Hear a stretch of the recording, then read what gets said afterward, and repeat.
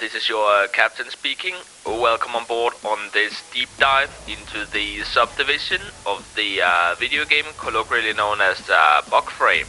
Our state-of-the-art XTQCY 19X Railjack will take you safely across the solar system to our destination of Railjack Mastery, with plenty of opportunity for continuous genocide.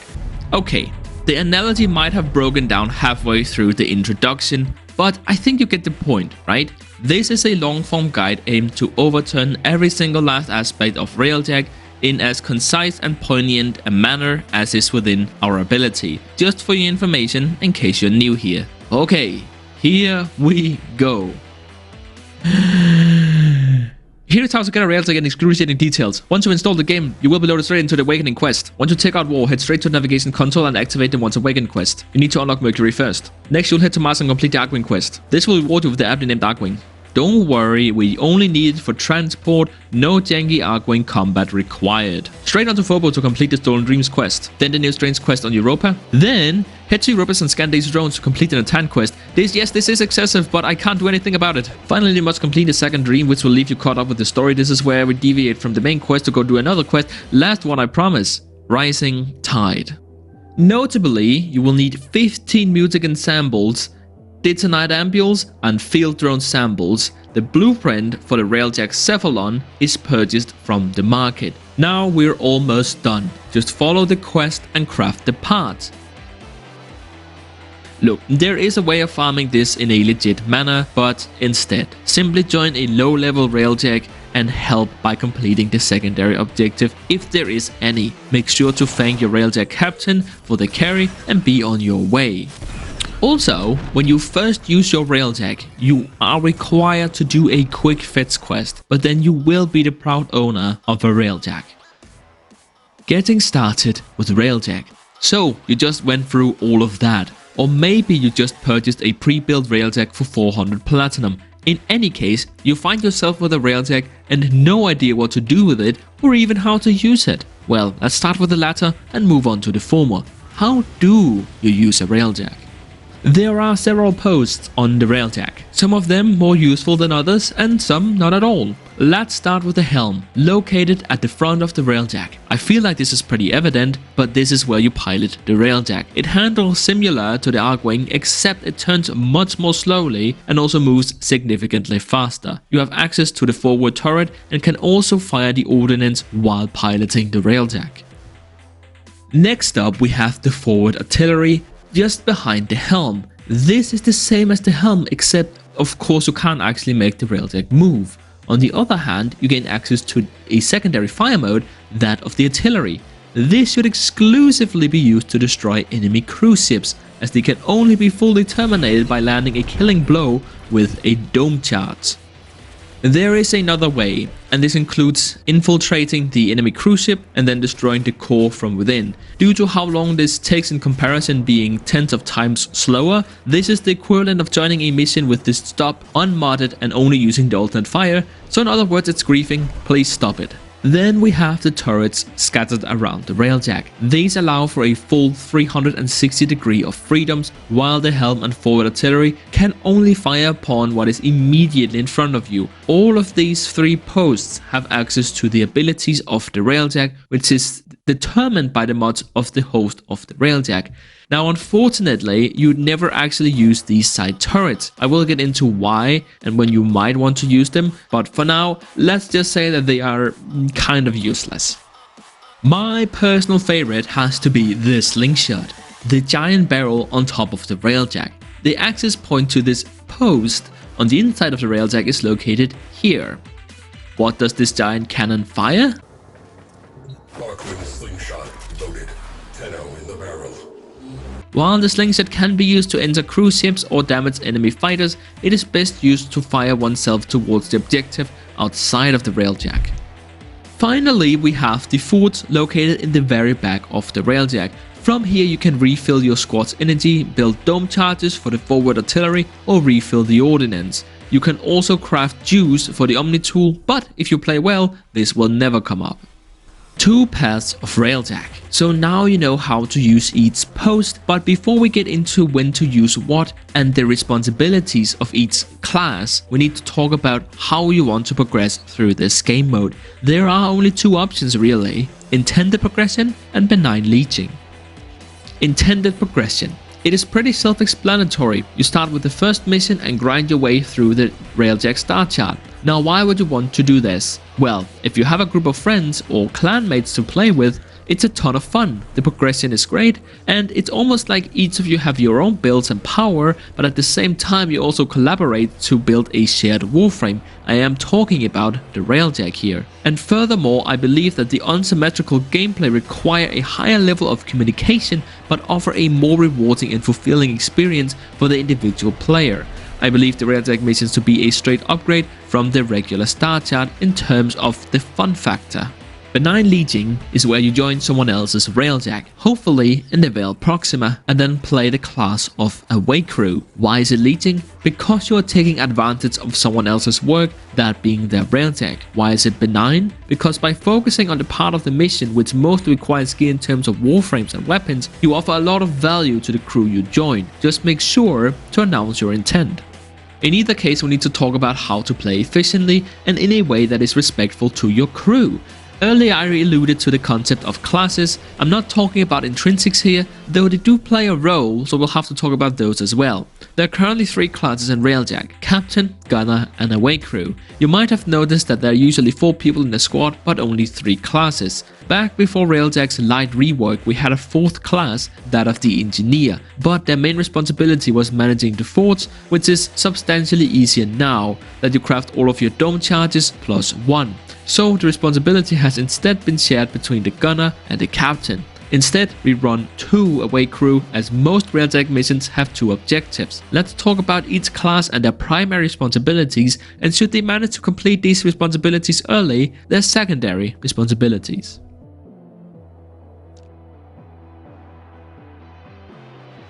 Let's start with the Captain. This class is always played as Protea with a build like this one, which makes her pretty awful at Warframe combat, but which allows her to endlessly spam Seeker Volley. When the mission starts, you need to aim the Railjack at the objective to allow the Away Crew to shoot themselves toward it. Then you turn and start dealing with the fighters and cruise ships. Make sure to prioritize cruise ships, get up nice and personal with the cruise ship and blast them with the Oronance. If this doesn't fully strip the shields, then you can hit them with a Seeker Volley, and then finally with a Black Pulse to prevent them from moving. Now hold still while the Gunner finishes them with the forward artillery. Secondary tasks include reloading the forts and putting out fires. The Captain never leaves the Railjack. Gunner. This class can also be played as Protea, as you can help cast more abilities, but if you find that the Away Crew is lacking behind, you might want to use a more traditional Jack of all trades build such as Wukong or Nisha. Your number 1 priority is to be ready on the forward artillery whenever a cruise ship needs to be destroyed. There isn't a surefire formula to know when you can leave the forward artillery, but if there is no cruise ships on the radar, then jump out of the forward artillery and grab some energy and maybe refill the forts. Make sure to report this. And just quick charge the forward artillery to let the Captain know that you are back. For all you veterans, remember that you can now use all of your abilities while in the forward artillery. Experiment with pre-charging the forward artillery. You don't lose any dome charges unless you're fully charged. However, once you are fully charged, you will only be able to hold it for so long before the game forces you to fire. So start charging before you need to shoot, but not too early that you end up wasting the charge. This will come with some experience. In case you manage to finish the aerial part of the mission before the Away Crew, go and help them on the outside of the objective. Away Crew. This is the simplest class, but by no means the easiest. You have one objective to take care of, and I mean the entire objective. Ignore this, you have to deal with the inside and the outside of your objective. So pick a speedy frame like Volt or Wukong and build them for tankiness. You don't actually have to kill anything unless you are in a Void Storm, at which point you should line up a bunch of enemies while completing the objective and claim all the reactor at once. It is important to note that Reactor is global and shared among all Tenno. If you finish your mission first, go and help the other away crew, then remember to use the Omni tool to return to the Railjack, check the forts and see if the Railjack crew needs anything, and then just kick back and relax. Just a quick note, if you're going for the derelict bonus objective, which is actually super worth it, then whoever finishes their task first heads out and grabs the derelict. And obviously, since the captain and the gunner finishes at the same time, it's always the gunner that goes and grabs it, because the captain's build isn't really meant to be used for actual, Warframe gameplay. Anyways, moving on. Intrinsics. Now let's talk intrinsics and how the different classes uses them and which ones to get first. Okay, well, I'm getting ahead of myself. What is intrinsics and how do you get them? Let's answer the latter first. You get intrinsics points whenever you earn affinity in a Railjack mission, so in other words, whenever you play Railjack in general. There are 5 different professions: tactic, piloting, gunner, engineering, and command. Each rank in each of the 5 professions is twice as expensive as the previous one. You are heavily encouraged to focus on multiple professions. All classes should go ahead and grab rank 1 with Engineer for Applied Omni and rank 4 with Tactics for Tactical Systems, Command Link, and Recall Link. Both the captain and the gunner need to focus on level 4 with engineering for ordnance forts and dome charge forts. The captain should then focus on getting rank 6 with piloting for boost, vector maneuver, vector evasion, drift maneuver, and ram jammer. And finally, rank 6 with tactics for tactical efficiency. After getting level 4 with engineering, the gunner should skip directly to level 7 with tactics for tactical efficiency and tactical response. The away crew needs to grab level 3 with the gunner for Arcwing Slingshot, and that's it. Finally, we have some intrinsics that you should go ahead and grab after getting your main intrinsics: Anastasis from engineering and joint warp from tactical. Make sure to ignore command until you have completed the other intrinsics. And finally, I'll let you in on a little secret. The division between the gunner and captain is kind of arbitrary and just helps to smoothen the process by allowing you to know your responsibilities. But sometimes you might switch roles in the middle of a mission. If the gunner runs off to reload, the pilot can go to the forward artillery and shoot, and when the gunner comes back, they might grab the helm, efficiently switching places. Only attempt this with premates. So far I haven't actually talked about the Railjack itself, so we should probably do that. The Railjack is modular in the sense that it's comprised of 6 different parts, but unlike SARS, kit guns and AMs, the modules of the Railjack can be exchanged for any other module of the same type at any time, or I should say, when not in use. The different kind of modules are shield arrays, engines, plating, reactors, turrets, and ordnance. Each of these have several types or variations, and they all come in 3 tiers, which is probably enough to give us millions of possible combinations. I didn't bother calculating the actual number of options because each kind of module serves its own purpose and rarely interacts with the other parts of the Railjack. So let's go through them one by one. Shield arrays. Shields themselves are pretty useless, but luckily the shield array has secondary abilities. First up, let's talk about the 3 different types of shield arrays: Lavan, Vida, and Setki. Lavan has high shields and greater regeneration rates of those shields, but longer recharge delay. Setki has low shields and regenerates slowly, but has a very small recharge delay. Vida is just in the middle of this. Now, let's take a look at the secondary abilities. The one we will be using is the first ability of Setki that allows us to deal 25% more damage. Again, shields are pretty bad for defense, so we'll use them for offense instead. It is important to note that modules of the same kind and type can be fused like Kuva and Tenet weapons. We do not want to do this. We want as little shields as possible, and we want them to be down for as long as possible. Let's move on to engines. Lavan is faster when boosting and Vida is faster when moving normally. To be honest, the difference in speed is next to nothing, and we will therefore focus on the unique traits of each type. If you wish to move, you should be boosting, and while Lavan has the highest base boost speed, the 50% boost speed on Vida makes up for this plenty, as again, we're trying to not have shields. Plating. This is by far the easiest module to talk about because no unique trait. The effective health, or in other words, the amount of damage you must take to die, is basically the same between Lavan and Vidar, just don't use Satke. Moving on from the simplest module to the most complex, the Reactor. Lavan focuses on duration, Vidar on range, and Setki on strength. Now here's the thing, we only need strength. Thank you, Scott, for bringing this up. The MK2 reactor loses the secondary stat but gains more points into its primary stat, so you should go ahead and get yourself a MK2 Satke. For the unique trait, you want the 50% chance to negate an electric hazard, as those are more annoying to get rid of as the entire screen goes bonanza. Finally, we have the Oronance. There is only one viable option here, and that is the Tycho Seeker MK3. This will allow you to strip the barrier of Grineer cruise ships, and if you really need to, it can also deal with the ram sleds. Hey, it's me. So I forgot to mention something. I forgot to talk about turrets. And the reason is that you pretty much never use turrets. For the smaller fighters, you would use Seeker Volley, and for the cruise ships, you have the forward artillery. The only time where you would even use a turret is specifically if you're gonna use the Futor, because it says 2 focused beams instantly, right? And that's important.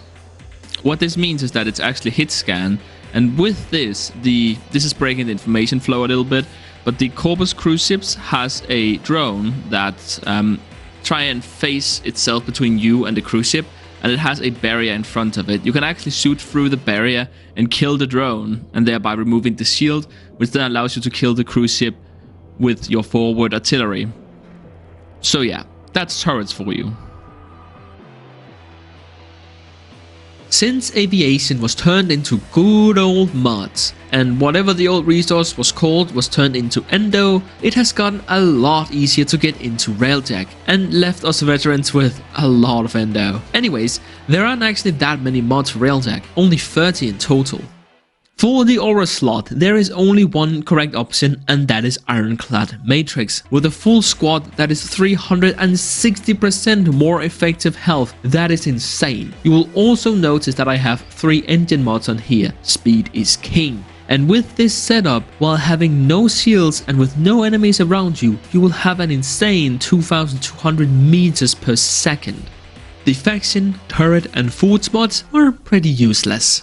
The most important mods on here are Artillery Cheap Shot and Forward Artillery, just to one-shot those pesky cruise ships. Finally, I have Ripload and Warhead to one-shot those pesky shields. Oronance Velocity is just a filler mod. Then we have battle mods, which falls into 3 categories: offense, defense and super. You can only have one of each. I've already talked about why you would use Seeker Volley and Blackout Pulse, but Particle Ram is here as a tech option. So yeah, it does fall out of favor quite fast, but early on you can use it to farm titanium. Moving on to defensive mods, which again has offense, defense and super. Yeah, that's kind of weird, but let's just go with it. For our super, we can either use Battle Forwards to increase our dome charges in the early ons of a campaign, or we can use Void Cloak if we don't have our hull fully upgraded yet. All of the offensive mods are bad, so just pick whatever.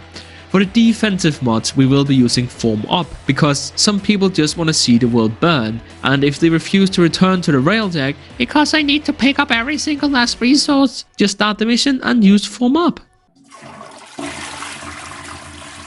Oh, crew. Okay, fine, let's talk crew. I'm going to be upfront with you here. I think the crew kind of sucks dick on the Railjack, that is. They're quite useful on like non-Railjack missions, but I won't cover that here. The crew is basically a glorified turret bot. I think I've seen him reload the forts once, but that might be a fabricated memory. For some reason they can't handle the ram sled enemies, in spite of the fact that they're quite alright in regular missions. They're too stupid to use the forward artillery, and they cannot do the away crew stuff. And if you set them to pilot, they never destroy the nodes outside of the objective, they just fly the Railjack in circles. Look, TLDR, if you have to use them for Railjack's mission, use gunnery and repair. If you're gonna use them outside of Railjack, like in normal missions, you should max endurance and combat. Now you might have noticed that I've been focusing entirely on the Grineer side of Railjack. Fine, let me rant for 1 minute and then I'll actually talk about it. Anyways, in response to the community what the fuck? in response to the community indicating to DE that Railjack was disjointed from the rest of the game, which was the inevitable result of the promises made by DE, such as the Railjack being able to be used in the open worlds and then the product that they actually released. DE, however, being completely incapable of realizing this in spite of how glaringly obvious it was. No, they decided that the only way to remedy this disconnect was to add more Railjack missions in which it's 20% Railjack and then the rest is just regular missions. First up, this didn't fix the issue, obviously. Secondly, well, think about it. We have two groups of players, those who like Railjack and those who do not. Those who do not would rather play missions with 0% Railjack in them, and those who do like it and seek out these missions don't want to play missions that's 20% Railjack. Okay, moving on. Alright, Corpus missions. Volatile. Not the most team-oriented game mode, but the most griefable game mode. You must keep the needle within the designated area, not outside. In, not out. In! How is it that there is at least one idiot in every squad who cannot comprehend this simple fact, even after being told so in chat? Just do this one solo.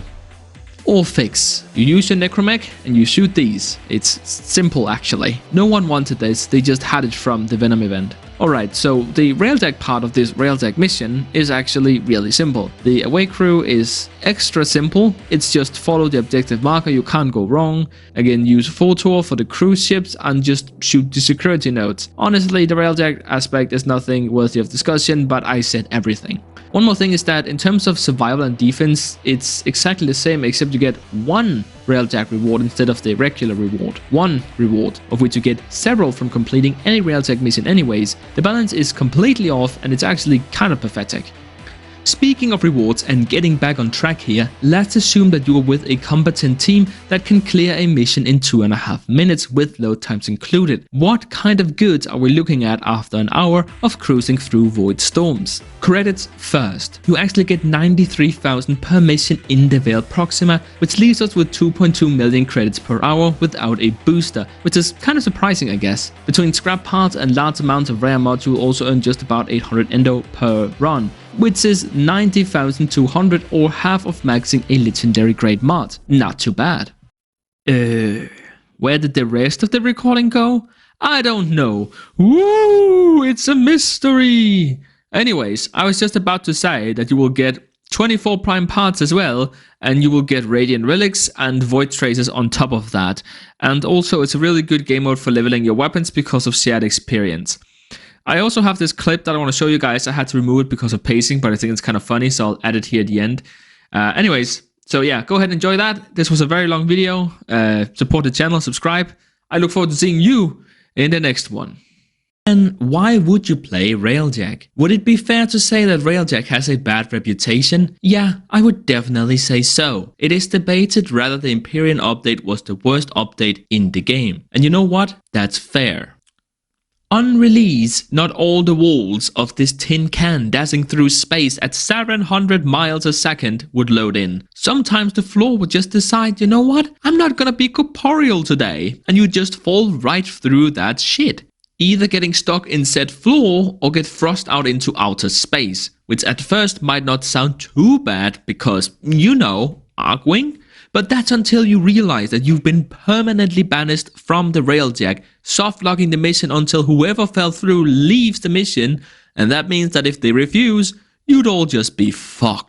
There were so many critical issues that it was significantly more likely that you wouldn't be able to complete any given mission. Getting stuck in the slingshot, getting stuck in the forward artillery, doors not opening, getting stuck in the operator, getting stuck in the turrets, objectives not spawning, consoles being unhackable, getting stuck in the loading screen, and the cursed UI glitch which either forced you to exit out of Warframe or sometimes even did it for you.